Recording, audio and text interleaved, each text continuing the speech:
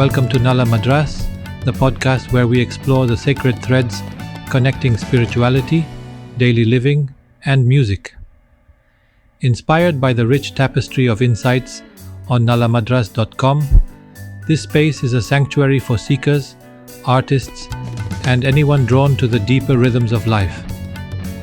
Join me as we dive into the world of bhajans, kirtans, shamanic drumming, and other soul-stirring traditions. We'll uncover how music becomes a bridge to the divine and explore timeless practices that nurture inner harmony. Let's journey together into the heart of spirituality, one note at a time. Have you ever wondered if that gut feeling to take a new job or move to a different city was your own choice, or if it was destiny pulling you along some predetermined path? The debate between free will and fate has puzzled philosophers for centuries, but today we are exploring two radically different perspectives that might just change how you think about manifesting your future. That's such a fascinating question, especially when you look at how these two spiritual teachers approach it from completely opposite directions. Right. And what's really interesting is how Neville Goddard essentially tells us we are walking around with this incredible creative power, our imagination. He's not just talking about daydreaming. He believes it's literally the tool we use to shape reality. Though I find it intriguing that studies show only about 30% of people report successfully manifesting major life changes through visualization techniques. Well, that's interesting because Ramana Maharshi would probably say even that 30% success rate was predetermined. He talks about this concept called prarabdha karma, basically the karma that's meant to play out in your lifetime, like a cosmic script that's already written. So how do we reconcile these completely opposite viewpoints? It seems like they can't both be true. You know what's fascinating? Recent research in quantum physics actually suggests both perspectives might be valid. The observer effect shows that consciousness influences reality at the quantum level, supporting Goddard's view, while deterministic models back up Maharshi's perspective. That reminds me of something I experienced last month. I was trying so hard to manifest a specific job opportunity, but it kept falling through. Then something even better came along completely unexpectedly.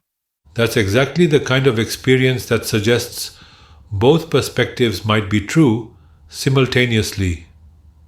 You were actively engaging in manifestation, but the ultimate outcome aligned with what was meant for you rather than what you thought you wanted. So maybe it's like having two different tools in our spiritual toolkit? Precisely. And here's what's really mind-bending. Studies in neuroscience show that our brains make decisions several seconds before we become consciously aware of them. So even our attempts to manifest might be part of some larger, predetermined pattern.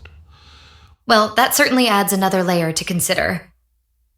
How do we actually apply these insights in practical terms? I've found success using what I call the conscious surrender approach. You set clear intentions and take inspired action, like Goddard teaches, but maintain Maharshi's perspective of deep acceptance for whatever unfolds. That sounds like a really balanced way to navigate this paradox. And you know what's fascinating? Traditional wisdom traditions often talk about this same dynamic. The Bhagavad Gita, for instance, teaches karma yoga, the path of devoted action, while remaining detached from outcomes. That makes me think about how ancient societies viewed fate versus free will. The Greeks had their three fates, but still emphasized personal choice and responsibility. Exactly. And modern psychology is catching up to these ancient insights. Research shows that people who believe in both personal agency and acceptance of circumstances tend to have better mental health outcomes than those who lean too heavily toward either extreme. So, in essence, we're talking about finding that sweet spot between active creation and peaceful surrender. Right? And here's what I think is the key insight. Maybe the question isn't whether manifestation or destiny is true, but rather which perspective serves us best in any given moment. That's such an elegant way to look at it. It's like having both a microscope and a telescope to view reality. Exactly. And recent studies in positive psychology suggest that this flexible approach, knowing when to push and when to let go, leads to significantly better life satisfaction scores compared to rigid adherence to either philosophy.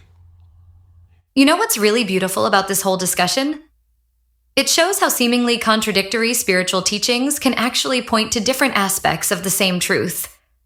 And perhaps that's the ultimate lesson here, that truth is big enough to hold apparent contradictions. Whether we're manifesting our destiny or destined to manifest, the journey itself is what shapes us. That's such a powerful way to wrap this up, embracing both the creator and witness within us. Well, whether this conversation was predetermined or we manifested it together, I'm grateful for the insights we've uncovered. Maybe that gratitude itself is the bridge between these two perspectives. We can be thankful both for our power to create and for whatever destiny has in store for us.